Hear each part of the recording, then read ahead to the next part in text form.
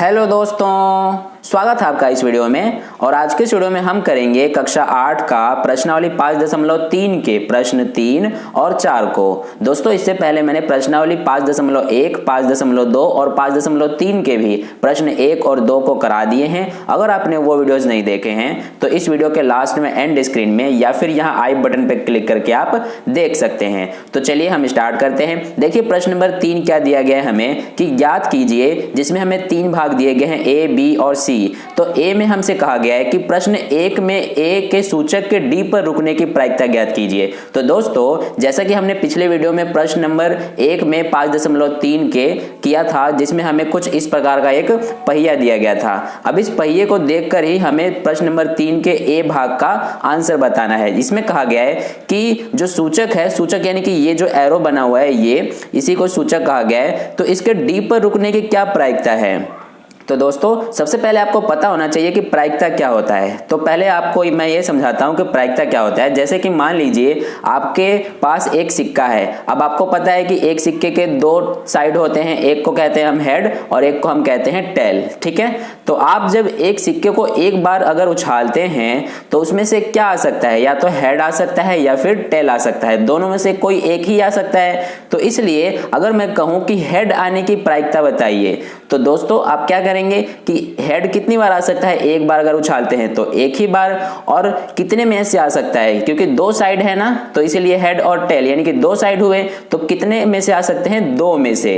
तो जो टोटल होता है, कुल परिणाम होता है, इसको हम कुल परिणाम कहते हैं, उसको हम नीचे लिखते हैं। और जो परिणाम संभव है, जो आ सकता है, उसको हम ऊपर लिखते हैं। तो इस तरह से हम प्रायिकता को समझते हैं। प्रायिकता का सिंपल सा मतलब है दोस्तों संभावना, किसी भी चीज के होने की संभावना। अब एक और एग्जांपल जैसे समझते हैं कि मान लीजिए आपके पास एक टोकरी दिया गया है। ठीक है, एक टोकरी है, टोकरी में आपके 10 बॉल हैं, कुछ लाल रंग के हैं और कुछ पीले रंग के हैं। तो 10 में से मान लीजिए आपके पास 4 लाल रंग के बॉल हैं और 6 पीले रंग के बॉल हैं। अब अगर मैं आपसे कहूं कि बिना टोकरी में देखे आप लाल रंग के बॉल निकालने की प्रायिकता बताइए, तो दोस्तों इसमें लाल रंग कितने हैं? 4 है और पीले रंग 6 है। तो अगर मैं लाल रंग के आने की प्रायिकता पूछूं तो लाल रंग 4 है, यानी कि हम ऊपर क्या लिखेंगे? 4। और कितने में से आ सकते हैं? 4। ये टोटल कितने बॉल हैं? 10 है, तो इसलिए नीचे हम 10 लिख देंगे। ठीक है, तो इस तरह से जो है 4/10 लाल रंग के आने की प्रायिकता हो जाएगी। इसे आप काट के छोटा भी कर सकते हैं 2 बार में, 2 दूना 4 और ये 2 पंजे 10 यानी कि 2/5। ये तो हो गई लाल रंग के आने की प्रायिकता। अब अगर पूछा जाए कि पीले रंग के आने की प्रायिकता बताइए, तो पीले कितने बॉल हैं दोस्तों? 6। तो इसको हम ऊपर लिख देंगे 6। और कितने में से आ सकते हैं ये पीले रंग? 10 में से। तो इस तरह से 6/10 पीले रंग के प्रायिकता हो जाएगी आने की। ठीक है दोस्तों, अब आप इसको काट भी सकते हैं, 2 तिया 6 और 2 पंजे 10 यानी कि 3/5। तो इस तरह से जो है आप प्रायिकता को समझ सकते हैं। और चलिए अब हम इसको करते हैं ए भाग, जिसमें हमें कहा गया है कि सूचक के डी पर रुकने की प्रायिकता बताइए। तो दोस्तों डी पर रुकने की प्रायिकता क्या होगी? देखिए इसमें टोटल कितने अल्फाबेट है? ए बी सी डी, 4 इसमें अल्फाबेट है, लेकिन ए 2 बार है तो इसलिए 5 हो गए यानी टोटल। तो इसलिए जो सूचक है वो किसी पे भी रुक सकता है। अब डी पर रुकने की प्रायिकता कैसे होगी? डी इसमें कितनी बार है? 1 बार है, यानी कि हमारा जो परिणाम होगा, संभव परिणाम आने का, वो 1 हो जाएगा। और टोटल कितने परिणाम हो जाएंगे? 5। तो इस तरह से 1/5 जो है हमारा इसका आंसर हो जाएगा। अब हम इसको लिखेंगे कैसे? पहले हम प्रायिकता की फॉर्मूला लिखेंगे। तो फॉर्मूला क्या होता है दोस्तों प्रायिकता का? प्रायिकता बराबर होता है अनुकूल परिणामों की संख्या बटे में सभी संभव परिणामों की संख्या।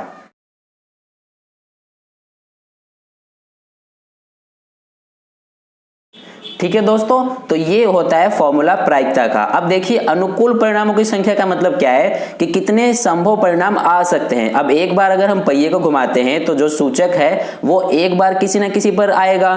तो डी पर आने की प्रायिकता पूछा है, तो डी कितनी बार है? 1 बार। इसीलिए अनुकूल परिणाम हमारा कितना हो जाएगा?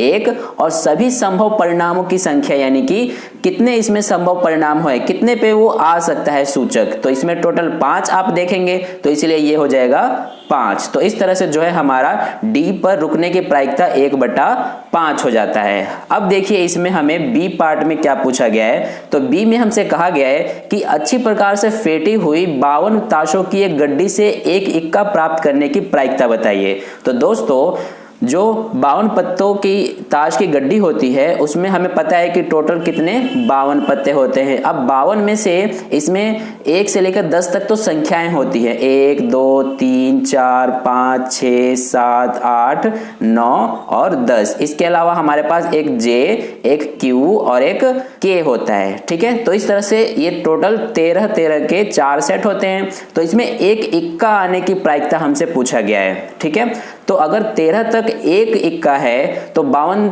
पत्तों में कितने हो जाएंगी, 13 तक 1, 26 तक 2, 39 तक 3 और 13 चौक 52 तक 4। तो इसलिए इसमें 52 पत्तों के ताश की गड्डी में 4 इक्का हो जाएंगे। तो इसीलिए यहां पर हम क्या करेंगे, सबसे पहले हम ये फॉर्मूला लिख लेते हैं, प्रायिकता बराबर अनुकूल परिणामों की संख्या बटे में सभी संभव परिणामों की संख्या।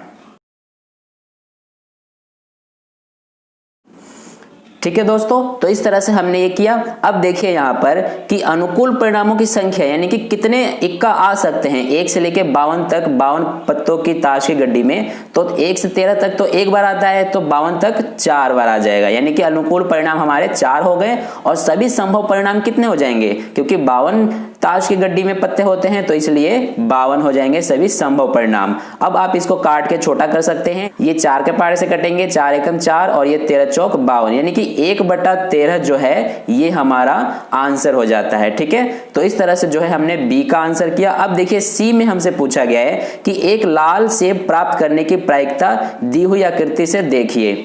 तो इसमें हमें जो ये एक आकृति दी गई है इसमें हमें कुछ सेब दिए गए हैं, जी का मतलब है ग्रीन यानी हरा और आर का मतलब है रेड यानी कि लाल। तो इसमें हमसे पूछा है लाल सेब प्राप्त करने की प्रायिकता। तो पहले हम यहाँ पर ये फॉर्मूला लिख लेते हैं कि प्रायिकता बराबर क्या होता है, अनुकूल परिणामों की संख्या बटे में सभी संभव परिणामों की संख्या।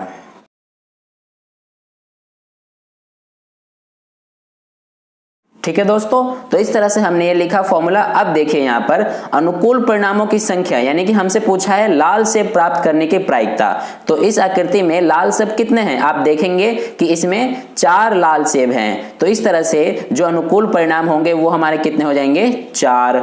और नीचे क्या है, सभी संभव परिणामों की संख्या। तो संभव परिणाम कितने हैं इसमें, यानी कि टोटल कितने सेब हैं, तो वो आप देखेंगे 7 हैं। तो इस तरह से सभी संभव परिणाम 7 और अनुकूल परिणाम 4। इस तरह से 4/7 जो है ये प्रायिकता आ जाता है लाल सेब प्राप्त करने की। ठीक है, अब ये कटेंगे नहीं तो इसलिए यही हमारा इसमें आंसर हो जाता है। ठीक है दोस्तों, तो इस तरह से जो है हमने प्रश्न नंबर 3 का आंसर किया। आप चाहे तो इसको वीडियो को पॉज करके अपने नोटबुक में सेम ऐसे ही नोट कर सकते हैं। अब चलिए हम प्रश्न नंबर 4 का हल करते हैं।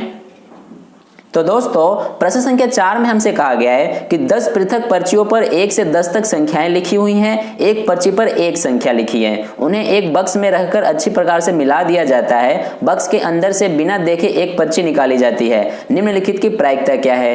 तो दोस्तों इसमें हमें कहा गया है कि टोटल 10 पर्चियां हैं। जैसे मान लीजिए ये एक पर्ची, ये एक पर्ची, इस तरह से 10 पर्चियां हैं और सभी पर 1 से लेकर 10 तक संख्याएं लिखी हुई है, यानी कि एक पर्ची पे 1, दूसरे पे 2, तीसरी पर्ची पे 3, चौथी पर्ची पे 4, इस तरह से 10 पर्चियों पर 10 तक संख्याएं लिखी हुई हैं। अब हमें कहा गया है कि इसको अच्छी प्रकार से मिला दिया जाता है और बिना देखे हमसे एक पर्ची निकालने को कही जाती है। तो इस आधार पर हमें ये 4 प्रश्न दिए गए हैं और चारों की हमें प्रायिकता बतानी है। ठीक है, तो देखिए पहला इसमें हमें कहा गया है कि संख्या 6 प्राप्त करने की प्रायिकता क्या होगी। तो दोस्तों हमें पता है कि इसमें 1 से 10 तक 10 पर्चियों पर संख्याएं लिखी हुई हैं। अब हमसे बिना देखे निकालने के लिए कहा गया है, तो संख्या 6 प्राप्त करने की प्रायिकता क्या होगी। आप कहेंगे कि 1 से 10 तक जो पर्चियां हैं उन पर 1 से 10 तक संख्याएं लिखी हुई हैं, यानी कि एक पर्ची पर एक संख्या लिखी हुई है। तो अगर हमें 6 प्राप्त करना है तो हम एक बार निकालेंगे पर्ची को तो कोई एक ही आएगा, यानी कि जो अनुकूल परिणाम होगा वो हमारा 1 होगा, है ना, क्योंकि 6 1 से 10 तक संख्या में एक ही बार होगा 1 से 10 तक में। तो इसलिए हमारा अनुकूल परिणाम 1 हो जाता है और टोटल संभव परिणाम जो हैं वो कितने हैं, 10, क्योंकि 1 से 10 तक पर्ची वहां पर है तो इसलिए 10 सभी संभव परिणाम आ जाते हैं। अब इसको हम यहाँ पर लिख लेते हैं। पहले हम यहाँ पर इसका फॉर्मूला लिख लेते हैं कि प्रायिकता बराबर क्या होता है, अनुकूल परिणामों की संख्या बटे में सभी संभव परिणामों की संख्या।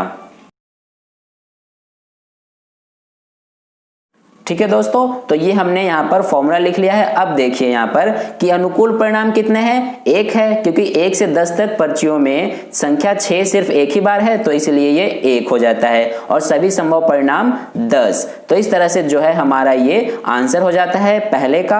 अब देखिए दूसरे में हमसे कहा गया है कि 6 से छोटी एक संख्या प्राप्त करना। तो दोस्तों 6 से छोटी एक संख्या प्राप्त करने के लिए हमें क्या करना पड़ेगा कि देखिए जैसे यहाँ पर 10 है टोटल संख्याएं। अब ये 4, फिर ये मान लीजिए 5वां पर्ची, ये 6ठा पर्ची, ये 7वां, ये 8वां, ये 9वां और ये 10वां। ठीक है, तो इस तरह से ये टोटल 10 पर्ची हो गई। अब हमसे कहा गया कि 6 से छोटी एक संख्या प्राप्त करने की प्रायिकता बताइए। तो 1 से 10 तक पर्चियों में 6 से छोटी संख्या कौन कौन सी हो जाएंगी? एक तो 1, ये 2, 3, 4, 5, यानी कि 5 तक जो है वो 6 से छोटी संख्याएं होंगी। तो हमसे यही पूछा गया है कि 6 से छोटी संख्या प्राप्त करने की प्रायिकता बताइए। तो 6 से छोटी कितने हो जाएंगे? 5 तक हो जाएंगे। तो इसलिए हमारा अनुकूल परिणामों की संख्या 5 और सभी संभव परिणामों की संख्या कितनी? 10 हो जाती हैं। ठीक है दोस्तों, तो इस तरह से यहाँ पर हम इसका आंसर क्या लिखेंगे, आप पहले ये प्रायिकता बराबर इसका फॉर्मूला यहाँ पर लिख लेना। मैं यहाँ पर नहीं लिख रहा हूँ, आप लिख लेना। ठीक है, तो इस तरह से यहाँ पर अनुकूल परिणामों की संख्या कितनी हो जाती है? 5 और सभी संभव परिणामों की संख्या 10। अब इसको आप काटेंगे तो ये 5 एकम 5, 5 दूना 10, यानी कि 1/2 जो है वो हमारा आंसर हो जाता है। ठीक है, इसी तरह से अब हमारा तीसरा प्रश्न पूछा गया है इसमें कि 6 से बड़ी एक संख्या प्राप्त करना। तो आप देखेंगे 1 से 10 तक पर्चियों में कि 6 से बड़ी कितनी संख्या है? एक तो 7, एक 8, एक 9 और एक 10, यानी कि टोटल कितने हो गए? 4 पर्चियां जो हैं वो 6 से बड़ी हैं। तो इसलिए यहां पर हमारा अनुकूल परिणामों की संख्या कितनी हो जाती है? 4 और सभी संभव परिणामों की संख्या 10। तो इस तरह से यहां पर हम लिखेंगे 4/10। पहले आप ये फॉर्मूला लिखना है, फिर उसके बाद हम ये आंसर लिखेंगे। तो अनुकूल परिणामों की संख्या कितनी है? 4 और नीचे सभी संभव परिणामों की संख्या 10। इसको आप काटेंगे तो 2 दूना 4, 2 पंजे 10, यानी कि 2/5 ये हमारा आंसर हो जाता है। ठीक है दोस्तों, इसी तरह से आपका चौथा भाग हमें कहा गया है कि एक अंक की एक संख्या प्राप्त करना। तो दोस्तों 1 से 10 तक पर्चियों में आप देखेंगे कि एक अंक की कितनी यहाँ पर संख्याएं हैं? 1, 2, 3, 4, 9 तक जो है यहाँ पर एक अंक की संख्याएं हैं। क्योंकि देखिए 1 भी एक अंक का है, 2 भी एक अंक का है, 3 भी एक अंक का है, इस तरह से 9 तक एक अंक की सारी संख्याएं हैं। लेकिन जो 10 है, 10 में 2 अंक हैं। तो इसीलिए हमारा इसमें 1 से 9 तक जो संख्याएं हैं वो सारी एक अंक की हैं। तो इसलिए हमसे यही पूछा गया है कि एक अंक की एक संख्या प्राप्त करने की प्रायिकता। तो यहाँ पर एक अंक की एक संख्या प्राप्त करने की प्रायिकता कितनी हो जाएंगी? यानी कि अनुकूल परिणामों की संख्या कितनी हो जाएंगी? 1 से लेकर 9 तक, यानी कि 9। तो इस तरह से यहां पर हम लिखेंगे 9 अनुकूल परिणामों की संख्या, और ये कितने संभव परिणामों की संख्या में से है? 10। तो इसलिए यहां पर 10 हो जाता है, यानी कि 9/10 जो है ये हमारा इसका आंसर हो जाता है। यहां पर आप पहले ये फॉर्मूला लिखेंगे, फिर इसके बाद ये इसका आंसर लिखेंगे। ठीक है दोस्तों, तो इस तरह से जो है हमारा प्रश्न नंबर 4 का हल कंप्लीट होता है। आई होप कि आपको दोनों प्रश्नों के हल बहुत अच्छे समझ में आए हैं। अगर समझ में आया है तो वीडियो को लाइक कर देना, क्योंकि आपका किया गया लाइक मुझे और आगे की वीडियोस बनाने के लिए मोटिवेट करता है। और अगर आपको कहीं पे भी कोई डाउट है तो आप नीचे कमेंट में मुझसे पूछ सकते हैं, मैं आपको समझाने की पूरी कोशिश करूंगा। और अगर आप पहली बार वीडियो को देख रहे हैं तो चैनल को सब्सक्राइब कर लीजिए, ताकि अगली वीडियो जैसे ही मैं अपलोड करूं उसका नोटिफिकेशन सबसे पहले आपको मिल जाए। और अपने दोस्तों और रिलेटिव के साथ इस वीडियो को शेयर करना, ताकि उन्हें भी इससे हेल्प हो। तो फिर मिलते हैं नेक्स्ट वीडियो में नए प्रश्नों के साथ। तब तक के लिए अपना ध्यान रखिए, खूब पढ़िए। धन्यवाद।